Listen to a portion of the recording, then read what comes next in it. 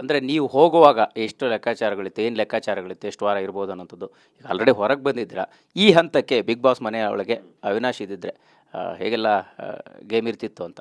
ತುಂಬ ಒಳ್ಳೆ question sir. Actually ನನಗೆ ಇದು ಯಾರು ಕೇಳೇ ಇರಲಿಲ್ಲ. ಐ ಮೀನ್ ತುಂಬ ಖುಷಿ ಆಗುತ್ತೆ ಆನ್ಸರ್ ಮಾಡೋಕ್ಕೆ. ಹೇಳ್ತೀನಿ, ನಾನು ಒಳಗಡೆ ಹೋಗಬೇಕಾದ್ರೆ ಫಸ್ಟ್ ಬಿಗ್ ಬಾಸ್ ಮೇಕರ್ಸ್ ಏನಿದ್ದಾರೆ ಅವ್ರ ಹತ್ರ ನಾನು ಕೇಳಿದಂಥ ಒಂದೇ ಒಂದು ಇಂಪಾರ್ಟೆಂಟ್ ಕ್ವಶನ್ ಏನಂದರೆ, ವೈಲ್ಡ್ ಕಾರ್ಡ್ ಕಂಟೆಸ್ಟೆಂಟ್ ಅಂತ ಹೋದಾಗ ಅವರಿಗೆ ಎಷ್ಟು % ಚಾನ್ಸ್ ಇದೆ ವಿನ್ ಆಗೋದಕ್ಕೆ, ಅಥವಾ ಚಾನ್ಸೇ ಇಲ್ವಾ, ಸುಮ್ಮನೆ ಹೋಗ್ಬಿಟ್ಟು ನಾವು ಒಂದಷ್ಟು ವಾರ ಕಳೆದ್ಬಿಟ್ಟು ಏನೋ ಅಲ್ಲಿ ಇಂಪ್ಯಾಕ್ಟ್ ಮಾಡಿಬಿಟ್ಟು ಬರೋದಾ, ಅಥವಾ ಚಾನ್ಸ್ ಇದೆಯಾ, ನನಗೆ ಇದೊಂದು ಆನ್ಸರ್ ಹೇಳಿದ್ರೆ ನಾನು ಮುಂದಿನ ಸ್ಟೆಪ್ ತೊಗೋಬೋದು ಅಂತ. ಸೊ ಅವ್ರು ಕೊಟ್ಟಂಥ ಒಂದು ಆನ್ಸರ್ ಏನಂದರೆ, ನೀನು ವೈಲ್ಡ್ ಕಾರ್ಡ್ ಕಂಟೆಸ್ಟೆಂಟ್ ಹೋದಾಗ ಚಾನ್ಸಸ್ ಇದೆ, ಬಟ್ ತುಂಬ ತೀರ ಕಡಿಮೆ ಚಾನ್ಸಸ್ ಇರುತ್ತೆ.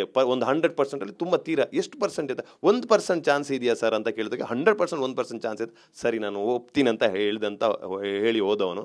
ಸೊ ಹಂಗಂತ ಇರಬೇಕಾದ್ರೆ ನನಗೆ ಒಳಗಡೆ ಹೋದಾಗ ನಾನು ಫಿನಾಲೆಗೆ ಹೋಗ್ಬಿಟ್ಟು ವಿನ್ ಆಗಬೇಕಂತಲೇ ಹೋದವನು. ಸುಮ್ಮನೆ ವೈಲ್ಡ್ ಕಾರ್ಡ್ ಹೋಗ್ಬಿಟ್ಟು ಏನೋ ಫೇಮ್ ನೇಮ್ ಮಾಡಬೇಕು ಅಥವಾ ಒಂದು 4 ವಾರ ಎಲ್ಲರೂ ಗುರುತಿಸ್ಬೇಕಂತ ಹೋದವನೇ ಅಲ್ಲ ಸರ್. ನನಗೆ ಆ ಥರ ಒಂದು ಮೈಂಡ್ಸೆಟ್ಟಲ್ಲಿ ಇವಾಗಲೂ ಏನಾದರೂ ಒಂದು ಚಿಕ್ಕ ಗೇಮ್ ಬಂದ್ರೂ ಅಷ್ಟೇ ಪಾಸಿಟಿವ್ ಆಗಿ ಆಡಿದ್ದೀನಿ, ಅಷ್ಟೇ ಅಗ್ರೆಸಿವ್ ಆಗಿ ತೊಗೋಬೇಕು, ಯಾವ ಗೇಮನ್ನು ತೊಗೋಬೇಕು ಹಂಗೆ ತೊಗೊಂಡಿದ್ದೀನಿ. ಸೊ ಇವಾಗ ಇದ್ದರೆ ನಾನು ಐ ಥಿಂಕ್ ಆ ವೀಕ್ ನಾನು ಏನಾದರೂ ಎಲಿಮಿನೇಟ್ ಆಗಿಲ್ಲ ಅಂದರೆ ಫಿನಾಲೆ ಟಾಪ್ 5 ನಾನು ಇರಬಹುದಿತ್ತು ಅಂತ ನನಗೆ ಅನಿಸುತ್ತೆ.